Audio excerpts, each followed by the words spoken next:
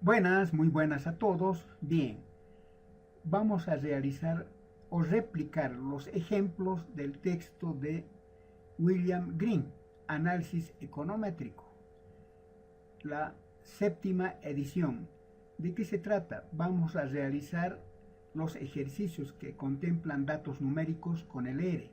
Y aquí está el plus, con la interpretación correspondiente de cada ejemplo. Tómese eso en cuenta. En este ejemplo concreto del ejemplo 1.1 no tiene datos numéricos, pero no por ese hecho vamos a darle una interpretación desde el punto de vista obviamente econométrico.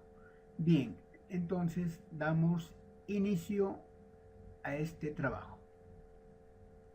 Hola a todos. A ver, cada día tomamos miles y miles de decisiones, pero ¿qué hay de las que no tomamos? Hoy vamos a meternos de lleno en cómo dos premios Nobel revolucionaron la economía estudiando precisamente eso, las elecciones que no vemos. ¡Vamos allá!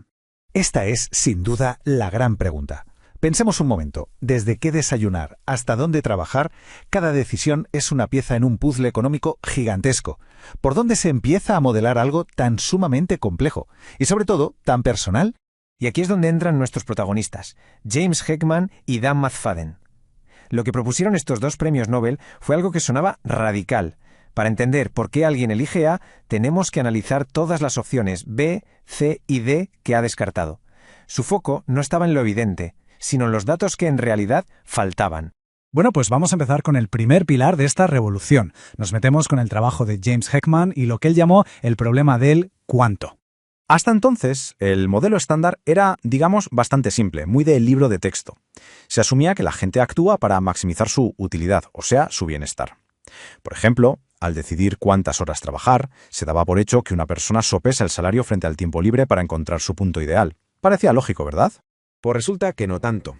Heckman se dio cuenta de que este enfoque, aunque en teoría era muy elegante, ignoraba una parte clave de la realidad. Tenía un fallo, pero un fallo garrafal. Y aquí está el quid de la cuestión. Los modelos solo miraban los datos de la gente que ya tenía un trabajo, pero ¿y todas esas personas que, por la razón que fuese, decidían no participar en el mercado laboral? Sus decisiones simplemente no contaban, se estaban quedando fuera de la foto. Y aquí tenemos la genialidad de Heckman, resumida en esta cita. Se dio cuenta de que los datos estaban sesgados de base. No se estaba observando a toda la población, sino solo a un grupo muy concreto, el de las personas que ya tenían un empleo. Esta analogía es que lo clava. Si solo estudias a jugadores profesionales, te estás perdiendo por completo el por qué millones de personas juegan por pura diversión o por qué otras tantas deciden ni siquiera tocar un balón. Lo que hizo Heckman fue desarrollar métodos para corregir este sesgo de selección y por fin tener en cuenta a todo el mundo. Venga, pues pasamos ahora a la otra cara de la moneda. Si Heckman se ocupó del cuánto, Dan McFadden se enfrentó a un tipo de decisión diferente pero igual de importante, el problema del cuál. Es que la vida está llena de estas elecciones de o esto o lo otro, desde la marca que cogemos en el súper hasta el candidato al que votamos. A diferencia de decidir cuántas horas trabajar, que es algo continuo, aquí elegimos entre opciones muy concretas. Son decisiones discretas. Y aquí es donde entra la brillantez de McFadden. Desarrolló lo que se conoce como el modelo de utilidad aleatoria, que es un marco estadístico pensado justo para analizar estas decisiones.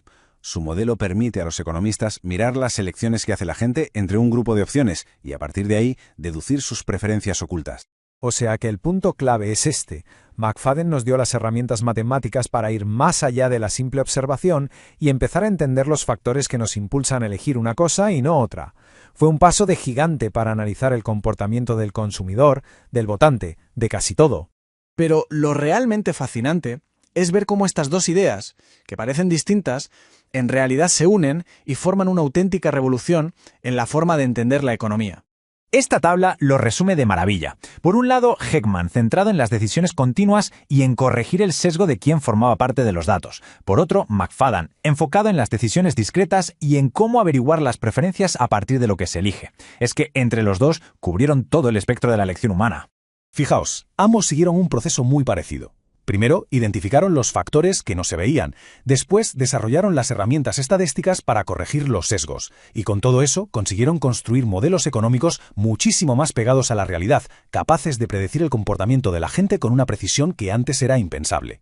Y ojo, que todo esto no es solo un ejercicio teórico para académicos. Las implicaciones de su trabajo son enormes y nos afectan en nuestro día a día. Vamos a ver por qué es tan importante. El verdadero impacto de estas ideas es que se usan para diseñar y evaluar políticas públicas, políticas que afectan a millones de personas. Sin estas herramientas, muchas decisiones de los gobiernos se basarían en suposiciones que, como hemos visto, podían ser totalmente erróneas sobre cómo se comporta la gente. Su legado está literalmente por todas partes. Cuando un gobierno evalúa un plan de empleo, usa estos métodos para entender por qué la gente se apunta o no. Pasa lo mismo al diseñar seguros de salud o al regular los mercados. Estas teorías son, hoy en día, la base del análisis de políticas moderno. Y todo esto nos deja con una pregunta final para que le demos una vuelta.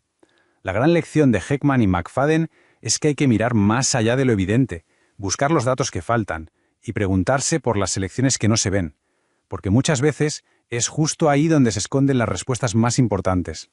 Muchas gracias por habernos acompañado.